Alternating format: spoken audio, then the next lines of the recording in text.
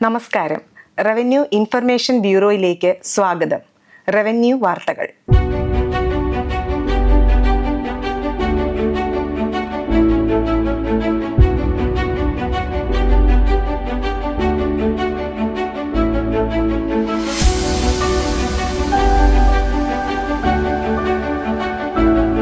പ്രധാന വാർത്തകൾ.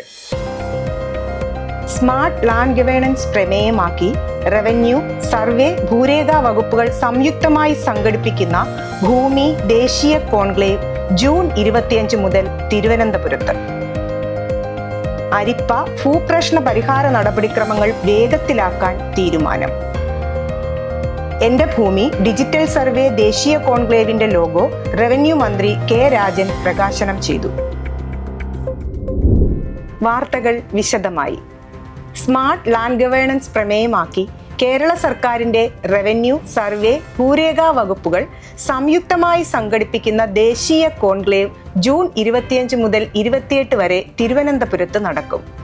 25 വൈകിട്ട് തിരുവനന്തപുരം നിശാഗന്ധി ഓഡിറ്റോറിയത്തിൽ മുഖ്യമന്ത്രി പിണറായി വിജയൻ കോൺക്ലേവ് ഉദ്ഘാടനം ചെയ്യും. ജൂൺ 26, 27 തീയതികളിൽ കോവളത്തെ ഉദയസമുദ്ര ഹോട്ടലിൽ കോൺക്ലേവും ജൂൺ 28 ഫീൽഡ് സന്ദർശനവും നടക്കുമെന്ന് റവന്യൂ മന്ത്രി കെ രാജൻ വാർത്താ സമ്മേളനത്തിൽ അറിയിച്ചു. വിവിധ സംസ്ഥാനങ്ങളിൽ നിന്നുള്ള റവന്യൂ വകുപ്പ് മന്ത്രിമാരും റവന്യൂ സെറ്റിൽമെന്റ് കമ്മീഷണർമാരും സർവേ ഡയറക്ടർമാരും മറ്റു മുതിർന്ന IAS ഉദ്യോഗസ്ഥരും ഉദ്ഘാടന ചടങ്ങിലും കോൺക്ലേവിലും പങ്കെടുക്കും.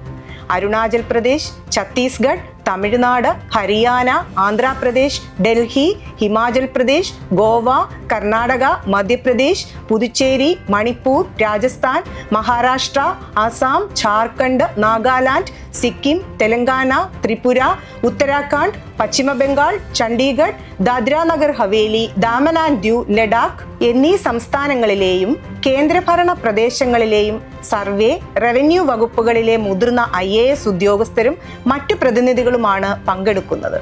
കോൺക്ലേവിൽ 2 ദിവസങ്ങളിലായി ലാൻഡ് ഗവേണൻസിലെ ഏറ്റവും പുതിയ സാങ്കേതിക വിദ്യകളും അനുഭവങ്ങളും കേരളത്തിന്റെ നേട്ടങ്ങളുടെ വെളിച്ചത്തിൽ വിവിധ സെഷനുകളായി പങ്കുവയ്ക്കും. അന്തർദേശീയ, ദേശീയ തലത്തിൽ ഈ രംഗത്തെ വിദഗ്ധരും സെഷനുകളിൽ പങ്കെടുക്കും. കേരളത്തിന്റെ എന്റെ ഭൂമി പോർട്ടൽ അടക്കമുള്ള വിപ്ലവാത്മകമായ നേട്ടങ്ങളെ ലോകത്തിനു മുൻപിലും ദേശീയ തലത്തിലും ഉയർത്തിക്കാട്ടുന്നതോടൊപ്പം രണ്ടാം ഭൂപരിഷ്കരണ മുന്നേറ്റത്തിലേക്ക് സംസ്ഥാനത്തെ നയിക്കുന്ന സാങ്കേതിക ഭരണ നേട്ടങ്ങളും ചർച്ച ചെയ്യപ്പെടും.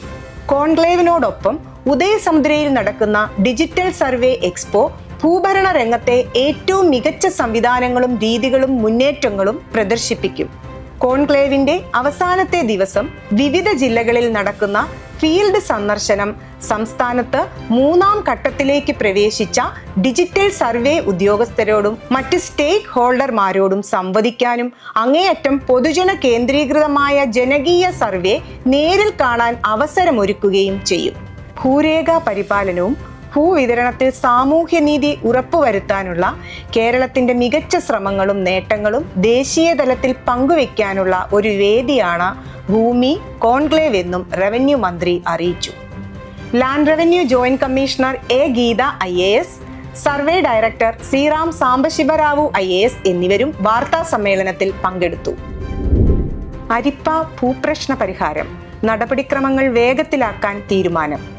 പുനലൂരിലെ അരിപ്പ ഭൂപ്രശ്നം പരിഹരിക്കാൻ നടപടിക്രമങ്ങൾ വേഗത്തിൽ പൂർത്തിയാക്കാൻ റവന്യൂ വകുപ്പ് മന്ത്രി കെ രാജന്റെ അധ്യക്ഷതയിൽ PS സുബാൽ MLA സാന്നിധ്യത്തിൽ ചേർന്ന യോഗത്തിൽ തീരുമാനം.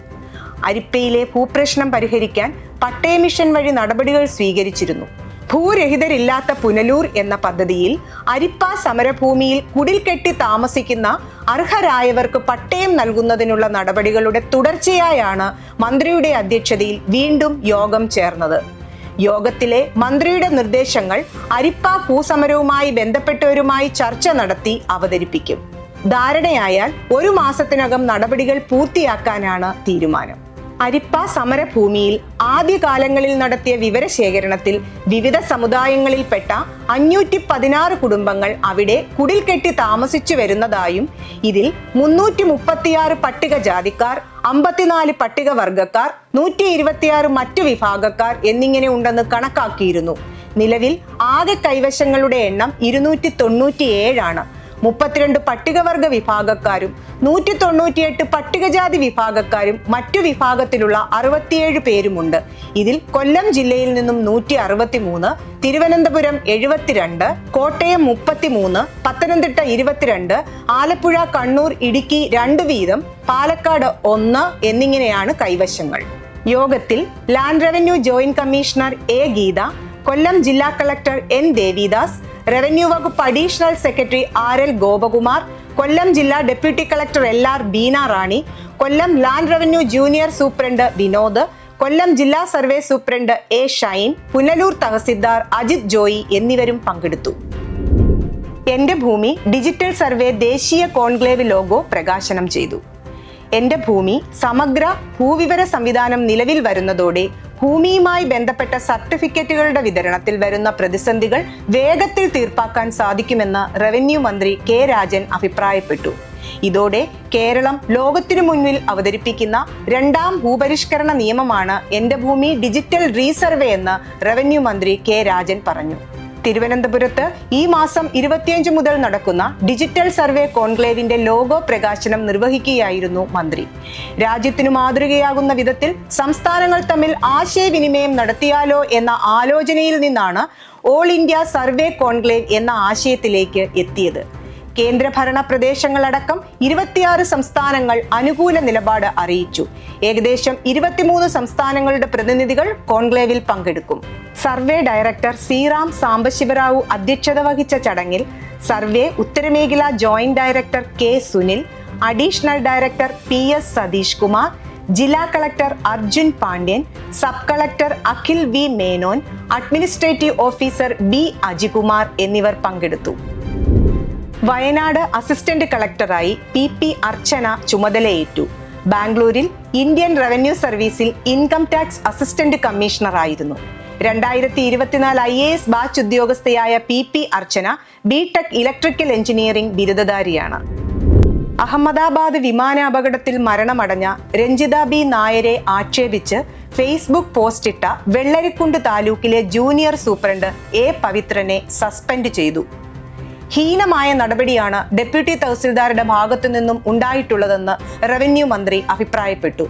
ഈ പോസ്റ്റ് മന്ത്രിയുടെ ശ്രദ്ധയിൽപ്പെട്ടതിന്റെ അടിസ്ഥാനത്തിൽ അടിയന്തരമായി സസ്പെൻഡ് ചെയ്യുവാൻ മന്ത്രി ഉത്തരവിടുകയായിരുന്നു. അഹമ്മദാബാദ് വിമാന അപകടത്തിൽ മരണപ്പെട്ടവർക്ക് റവന്യൂ ഇൻഫർമേഷൻ ബ്യൂറോയുടെ ആദരാഞ്ജലികൾ. ഇതോടെ ഈ വാർത്താ ബുള്ളറ്റിൻ പൂർണ്ണമാകുന്നു.